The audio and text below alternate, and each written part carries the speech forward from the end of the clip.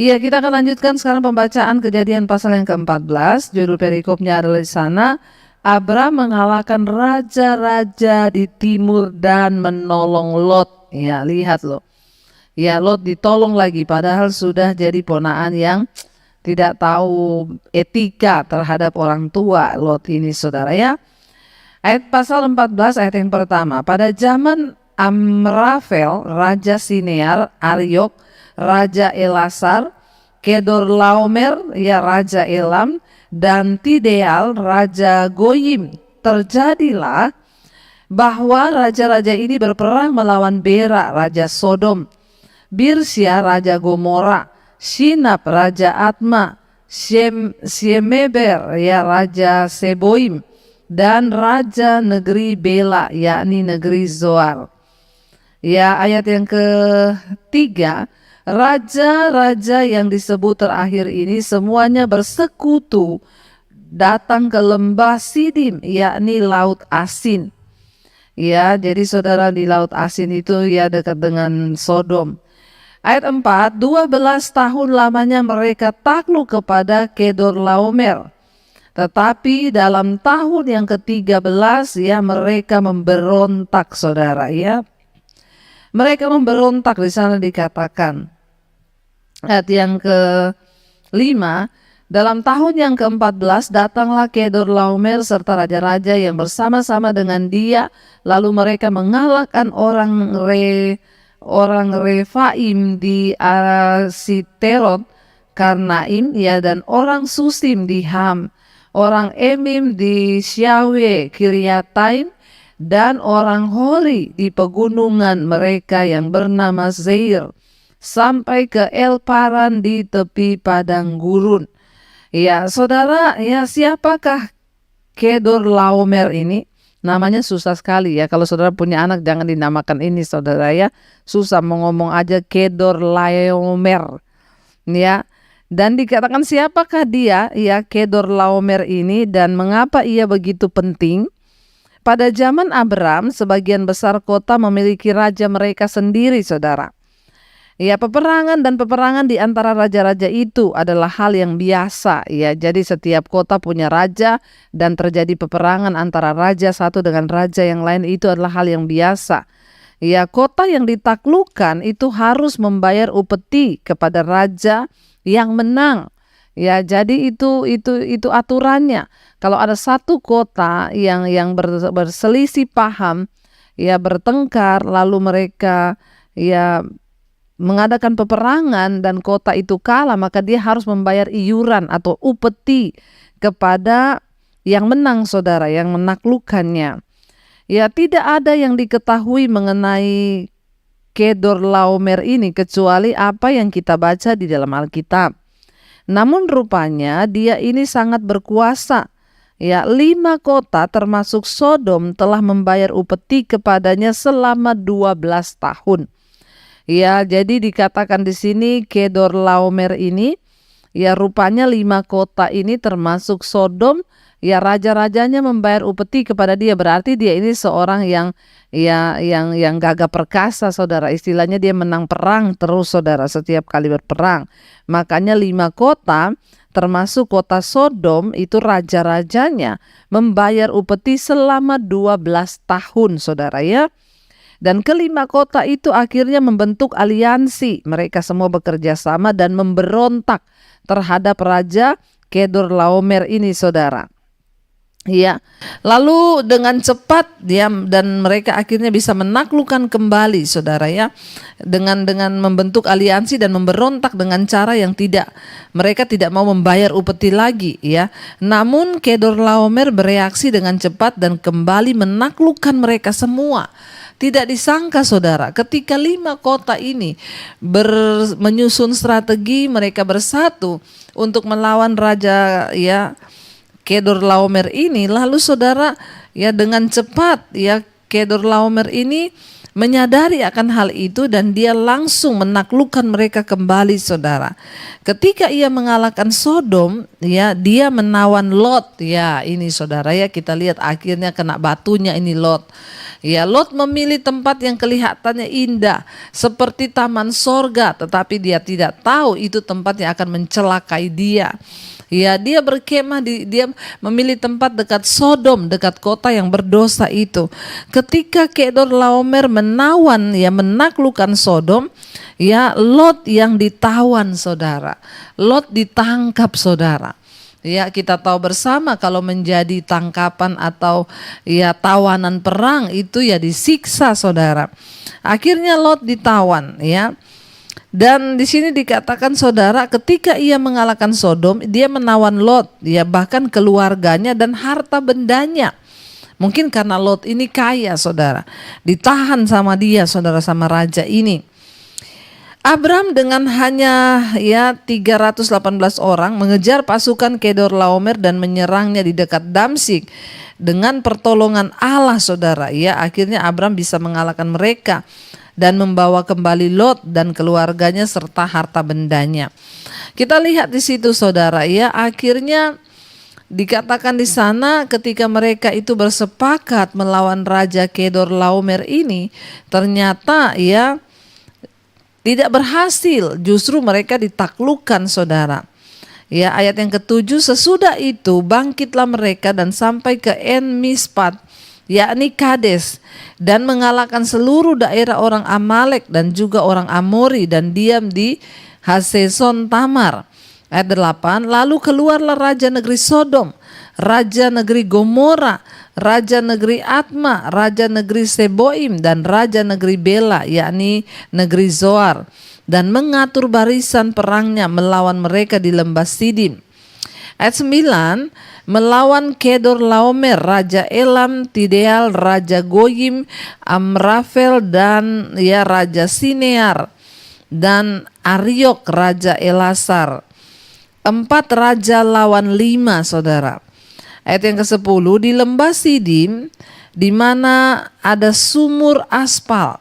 Ketika Raja Sodom dan Raja Gomora melarikan diri, jatuhlah mereka ke dalamnya, dan orang-orang yang masih tinggal hidup melarikan diri ke pegunungan. Ayat yang ke-11, segala harta benda Sodom dan Gomora beserta segala bahan makanannya dirampas oleh musuh, lalu mereka pergi. Juga Lot, anak saudara Abram, beserta harta benda dibawa musuh, saudara, ya. Lalu mereka pergi sebab Lot itu diam di Sodom. Ya, tempat yang dipilih Lot ternyata tempat malapetaka baginya, saudara. Ayat 13 di sana dikatakan, kemudian datanglah seorang pelarian dan menceritakan hal ini kepada Abram. Ya, kita lihat, saudara. Ya, seorang datang, ya, untuk memberitahukan kepada Abram apa yang sudah terjadi. Ya, seseorang itu datang mengatakan kepada Abram, saudara, berkata, ya, kemudian datanglah seorang pelarian dan menceritakan hal ini kepada Abram. Orang Ibrani itu yang tinggal dekat pohon-pohon tarbantin kepunyaan Mamre, orang Amori itu, saudara Eskol dan Aner, yakni teman-teman sekutu Abram. 14, ketika Abram mendengar bahwa anak saudaranya tertawan, maka dikerahkannya lah orang-orang yang terlatih, yakni mereka yang lahir di rumahnya, 318 orang banyaknya, lalu mengejar musuh sampai ke Dan. Dan pada waktu malam berbagilah mereka, ia dan hamba-hambanya itu, untuk melawan musuh. Mereka mengalahkan dan mengejar musuh sampai ke Hoba di sebelah utara Damsyik. Ayat 18, dibawanyalah kembali segala harta benda itu, juga Lot anak saudaranya itu, serta harta bendanya dibawanya kembali. Demikian juga perempuan-perempuan dan orang-orangnya. Sekali lagi kita belajar sebuah teladan dari Bapak Abram, saudara. Bagaimana Abram ini menunjukkan sikap yang luar biasa. Kalau kita, saudara, ya, sudah melihat ponaannya ini, tidak menghargai, memilih tempat yang kelihatannya enak, tidak mendahulukan dia sebagai orang tua. Ya mungkin saudara ketika kita disampaikan berita, itu loh ponakanmu ditawan. Mungkin ya kalau ya bukan Abram akan berkata biarin aja ya, biar sekalian dia di sana dihabisi. Kenapa? Karena dia pernah mengalami sesuatu yang tidak menyenangkan dengan Lot, tapi Abram tidak melakukan itu. Alkitab berkata dia mengerahkan hamba-hambanya. Tidak dicatat bahwa Abram itu prajurit, tidak dicatat bahwa dia itu melatih semua orang-orangnya itu prajurit atau mereka orang-orang yang terlatih untuk berperang. Kalau seorang raja memang dia memiliki prajurit, tetapi karena Abram disertai Tuhan, dikatakan di sana dia mengerahkan saudara semua orang-orangnya, ya para hamba-hambanya, bisa dikatakan cuma tidak banyak saudara. Ya, Abram mengerahkan orang-orangnya itu para hamba-hambanya 318 orang. Ya, dibawanya untuk bergerak saudara 318 orang banyaknya. Itu bukan jumlah yang banyak ketika dia harus mengalahkan raja satu negeri, ya satu kota. Tetapi demi mendengar ponakannya Lot diculik atau tertawan dengan keluarganya, Abram bertindak untuk menolong ponakannya dan Tuhan menyertai dia. Sehingga apa? Kemenangan diraih oleh Abram dan dia berhasil membawa pulang kembali ponakannya Lot itu saudara. Ya kita melihat di sini ya satu rasa yang sangat luar biasa dari Abram. Dia tidak peduli apa yang pernah dilakukan orang kepada dia. Jangan punya sifat pendendam saudara.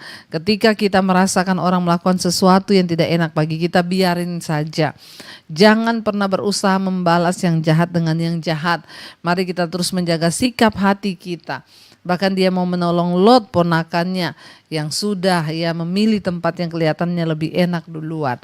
Tapi kita belajar orang yang disertai Tuhan memiliki sikap hati yang murni dan dia percaya bahwa apa yang dia lakukan itu akan disertai Tuhan sehingga kemenangan menjadi miliknya.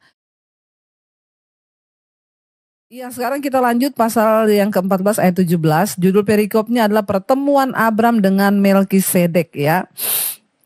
Ada yang ke-17.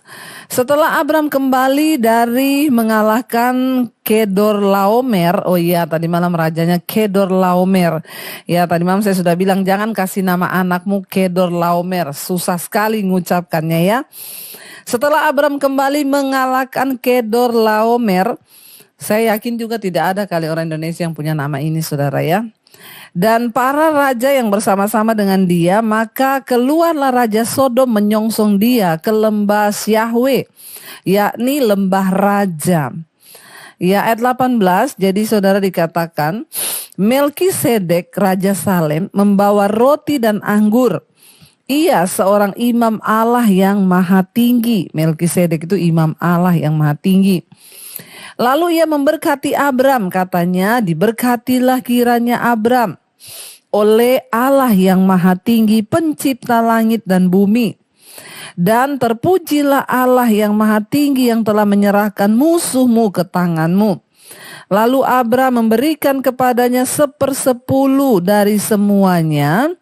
Berkatalah Raja Sodom itu kepada Abram, berikanlah kepadaku orang-orang itu dan ambillah untukmu harta benda. Tetapi kata Abram kepada Raja negeri Sodom itu, aku bersumpah demi Tuhan, Allah yang maha tinggi pencipta langit dan bumi, aku tidak akan mengambil apa-apa dari kepunyaanmu itu, sepotong benang atau tali kasut pun tidak, supaya engkau jangan dapat berkata, aku telah membuat Abram menjadi kaya. Kalau aku jangan sekali-kali hanya ya, ayat 24, kalau aku jangan sekali-kali hanya apa yang telah dimakan oleh bujang-bujang ini dan juga bagian orang-orang yang pergi bersama-sama dengan aku, yakni Aner, Eskol dan Mamre, biarlah mereka itu mengambil bagiannya masing-masing. Saudara, luar biasa kita melihat Abram. Jadi Raja negeri Sodom berterima kasih karena Abram sudah mengalahkan Raja Kedor Laomer yang menawan semua orang-orang dan harta benda rakyat yang ada di Sodom, saudara. Ya, dia berterima kasih kepada Abram, lalu dia menemui Abram bersama dengan Imam Melkisedek, saudara. Ya, dan Raja Sodom ya itu meminta kepada Abram untuk memberikan orang-orangnya kepada dia. Ya, dan ambillah, dia bilang, apa yang engkau mau ambil? Ya, harta bendaku engkau boleh ambil.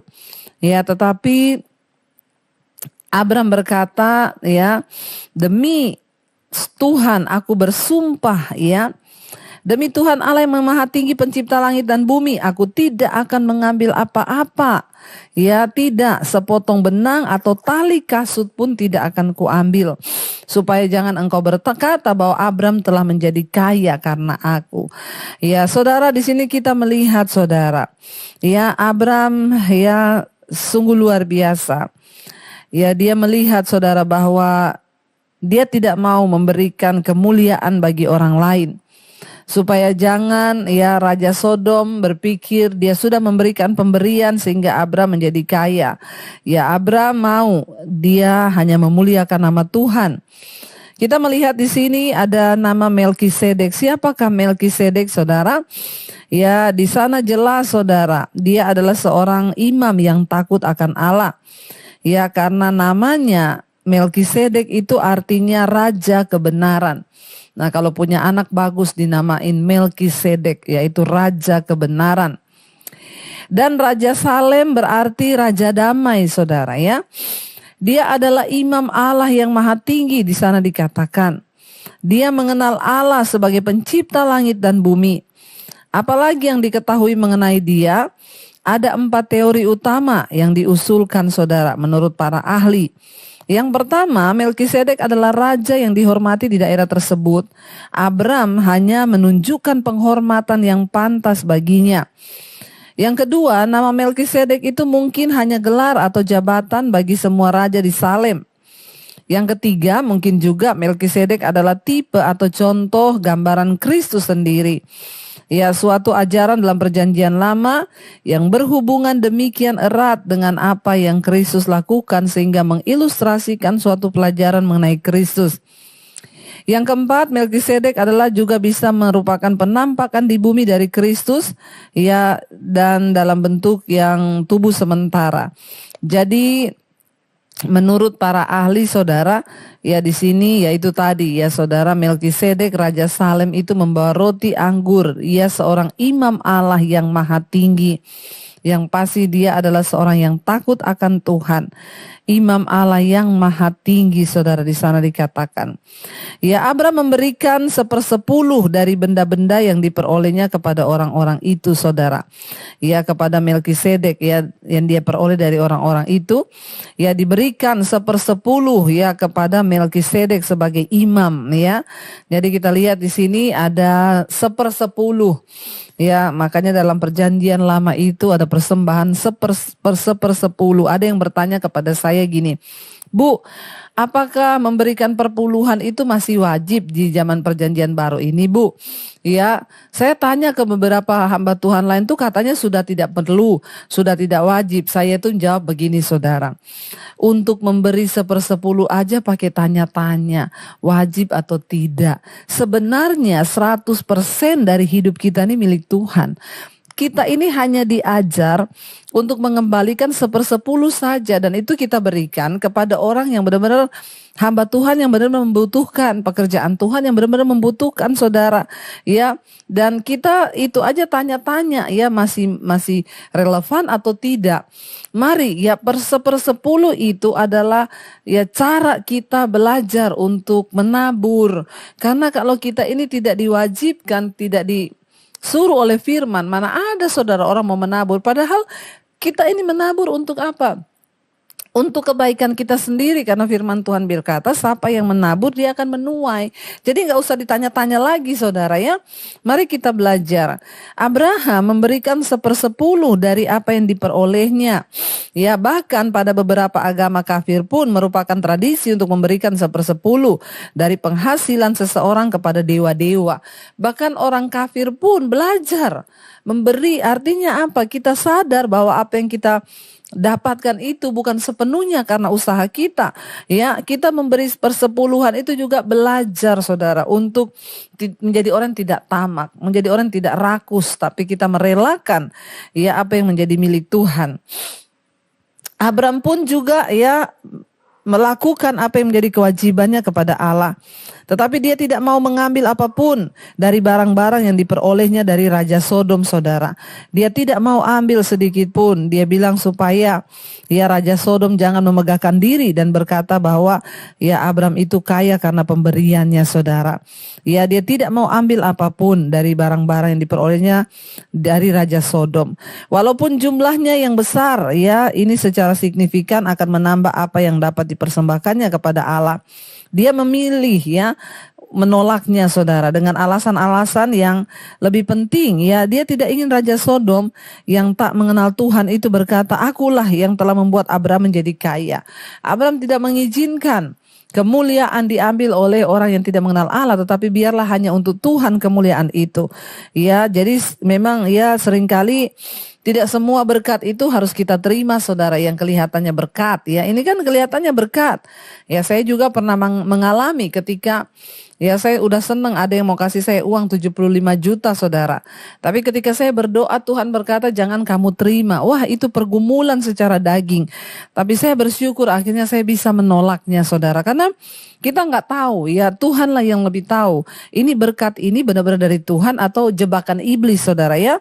Abraham tahu itu nanti akan menjadi jebakan di mana Raja Sodom yang tidak mengenal Tuhan itu nanti akan berkata bahwa Abraham kaya karena dia. Ya, dan akulah orang yang membuat Abraham kaya, dia bilang itu Raja Sodom akan berkata seperti itu. Sebaliknya, Abraham ingin ya bahwa orang berkata Allah lah yang telah membuat Abraham menjadi kaya. Dalam hal ini menerima hadiah itu tentu akan membuat perhatian.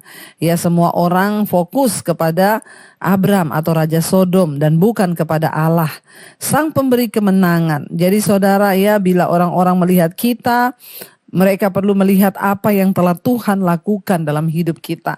Tidak ada satupun yang kita dapat karena kekuatan kita, tapi kita semua dapat itu hanya karena Tuhan saja.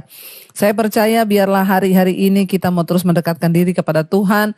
Kita mau terus membangun hubungan kita dengan Tuhan. Karena kita percaya hanya dari Tuhanlah, saudara, kita menerima segala hal yang terbaik ya. Bahkan Tuhan itu sanggup melakukan segala perkara di hidup kita. Biarlah kita terus mau meminta kehendak Tuhan dalam hidup kita, saudara, agar hidup ini semakin hari semakin berkenan di hati Tuhan. Mari kita mau tundukkan kepala, kita berdoa. Tuhan, terima kasih buat anugerah, buat kasih setiamu. Kami mengucap syukur buat segala kebaikan dan kebaikan Tuhan. Terima kasih Bapa, kalau Engkau Tuhan yang sudah menunjukkan rahmat-Mu bagi setiap kami, untuk kami boleh berjalan di dalam kebenaran dan perkenanan Tuhan. Ampuni dosa pelanggaran kami, sucikan dan kuduskan, ajar kami Tuhan, untuk hanya sungguh-sungguh memuliakan Tuhan dalam hidup ini, dan bukan yang lain. Kami bersyukur kami punya Tuhan yang hidup, Tuhan yang terus menuntun kami, membawa kami kepada kebenaran. Kami membuka hati dan tangan kami untuk menerima berkat-Mu. Diberkatilah Engkau dalam kehidupan-Mu, turunlah kiranya berkat, rahmat, anugerah dari Allah Bapa, cinta kasih Tuhan Yesus Kristus turun atas hidup-Mu, bahkan penyertaan Roh Kudus mengalir dalam hidup-Mu saat ini, dari malam ini bahkan sampai kali yang kedua Tuhan Yesus datang menjemput kita. Nama kita semua tercatat di dalam kitab kehidupan. Dalam nama Tuhan Yesus yang percaya diberkati, kita akan bersama. Amin, amin, amin. Tuhan Yesus memberkati. Shalom dan Immanuel.